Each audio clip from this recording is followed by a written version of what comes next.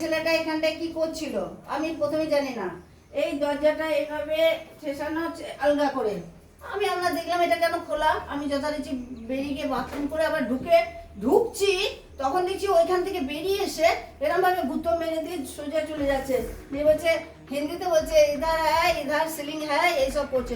মাঝরাতে চুরি করতে ঢুকে সোনাদানা ও মূল্যবান জিনিসপত্র ব্যাগে গুছিয়ে নিয়ে চম্পট দেওয়ার একদম শেষ মুহূর্তে ছিলেন চোর বাবা জীবন।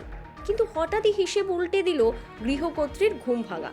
সোজা গিয়ে মুখোমুখি দাঁড়িয়ে পড়লেন দুজন, আর ধরা পড়ার ভয়ে ভ্যাবা চাকা খেয়ে গৃহকর্ত্রীকেই চোর প্রশ্ন করে বসলেন, উপরে যাওয়ার রাস্তা কোন দিকে, মানে দোতলায় যাওয়ার রাস্তা। শুক্রবার মধ্যরাতে এমনই এক নাটকীয় এবং চাঞ্চল্যকর চুরির ঘটনা ঘটেছে সিউড়ির রক্ষাকালীতলা এলাকায়। উঠেছি বাথরুমে যাবো, হঠাৎ দেখছি লাল চেকচেক জামা, এই 35-32 বছরের ছেলে ব্যাগটা নিয়ে দাঁড়িয়ে আমার সামনেই চলে এসেছে। ও তার আগে গোটাটা রাউন্ড দিয়ে ঘুরছিল। স্থানীয় সূত্রে জানা গিয়েছে, রাত তখন আনুমানিক 2টো থেকে 2:30টে। রক্ষাকালীতলার একটি গৃহস্থ বাড়িতে সবার অলক্ষ্যে ঢুকে পড়ে এক চোর। ঘরের সমস্ত দামি মালপত্র খুব নিখুঁতভাবে দুটি ব্যাগে ভরে নিয়ে চম্পট দেওয়ার ছক কষেছিল সে। কিন্তু ঠিক সেই মুহূর্তেই গৃহকর্ত্রী ঘুম থেকে উঠে বাথরুমের দিকে যাচ্ছিলেন। অন্ধকারের মধ্যে আচমকা দুজন একে অপরের সামনাসামনি চলে আসেন। মাঝরাতে ঘরে অচেনা লোক দেখে গৃহকর্ত্রী যখন গর্জে উঠে জিজ্ঞেস করেন, এই মধ্যরাতে তুমি কে, ততক্ষণে থ হয়ে গেছেন চোর মশাই। গৃহকর্ত্রীর প্রশ্নের উত্তর না দিয়ে কোনো রকমে আত্মরক্ষা করতে সোজা জিজ্ঞেস করেন উপরে যাওয়ার রাস্তা। কিন্তু বিপদের আঁচ পেয়ে আর এক মুহূর্তও দাঁড়াননি তিনি। সঙ্গে আনা দুটি ব্যাগের মধ্যে একটি মালপত্র ভর্তি ব্যাগ ভয়ে ওই ঘরের ভেতরেই ফেলে রেখে চম্পট দেয় চোর। মাঝরাতের এই অদ্ভুত নাটকীয় চুরির ঘটনায় তীব্র আতঙ্ক ও চাঞ্চল্য ছড়িয়েছে গোটা সিউড়ির রক্ষাকালীতলা এলাকায়। তখন রাত্রি প্রায় 2টো, রাত্রি 2টো। তা আমি বাথরুম থেকে বেরিয়ে দেখছি যে দরজাটা হালকা করে খোলা। তা আমি সঙ্গে সঙ্গে চারিদিকে তাকিয়ে দেখলাম কেউ যদি আমার যা থাকে পাশে বা কেউ যদি উঠেছে।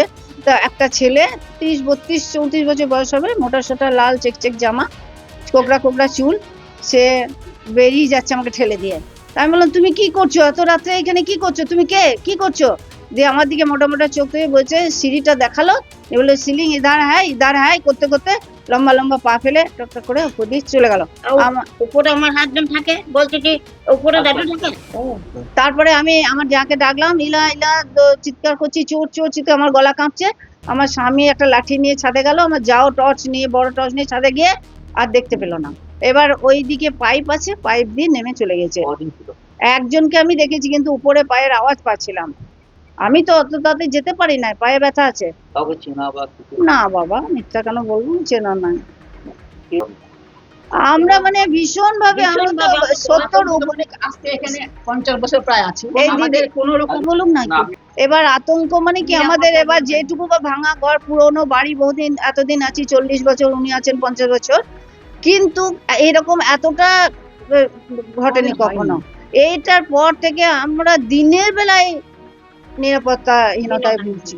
খবর পেয়ে ইতিমধ্যেই ঘটনাস্থলে পৌঁছে তদন্ত শুরু করেছে সিউড়ি থানার পুলিশ। খোয়া যাওয়া বাকি জিনিসপত্রের খোঁজে ও চোরকে ধরতে উঠে পড়ে লেগেছে পুলিশ।